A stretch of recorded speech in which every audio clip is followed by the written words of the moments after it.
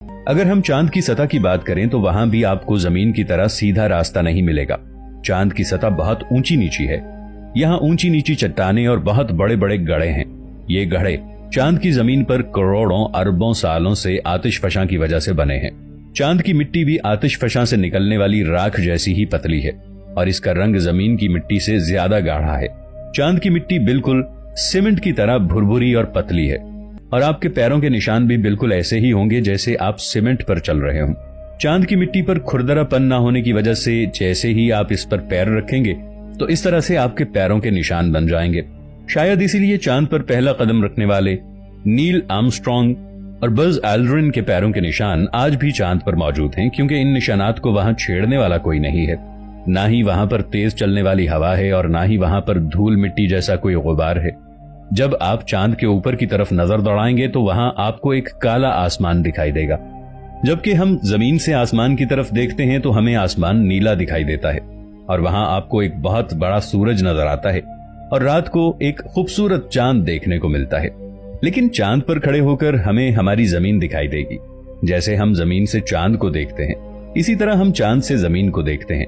जमीन से जब हम चांद को देखते हैं तो ये बहुत छोटा नजर आता है, लेकिन जब चांद से हम जमीन को देखेंगे तो हमें जमीन जसामत में चांद से बड़ी नजर आएगी और बहुत खूबसूरत भी दिखेगी।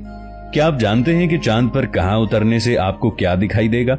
अगर आप चांद के इसी हिस्से पर लैंड करते हैं जहां बहुत से एस्ट्रोनॉट्स जा चुके हैं, तो आपको आपके आसपास टूटे फूटे स्पेसक्राफ्ट्स, सैटेलाइट के टुकड़े और कूड़े करकट से भरे थैले नजर आएंगे। एक अंदाजे के मुताबिक चांद पर जाने वाले एस्ट्रोनॉट्स की तादाद 12 बताई जाती है।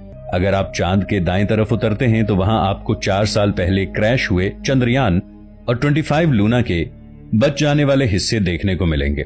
चांद में जितने भी स्पेसक्राफ्ट क्रैश हुए हैं, इन सब के टुकड़े आपको वहां पर उसी हालत में मिलेंगे।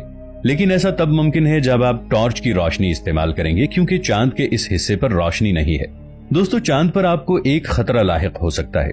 लाजमी आपके जहन में किसी खूंखार जानवर या मखलूक का ख्याल आया होगा, लेकिन दोस्तों ऐसा बिल्कुल नहीं है। चांद पर कोई चरिंद परिंद मौजूद नहीं।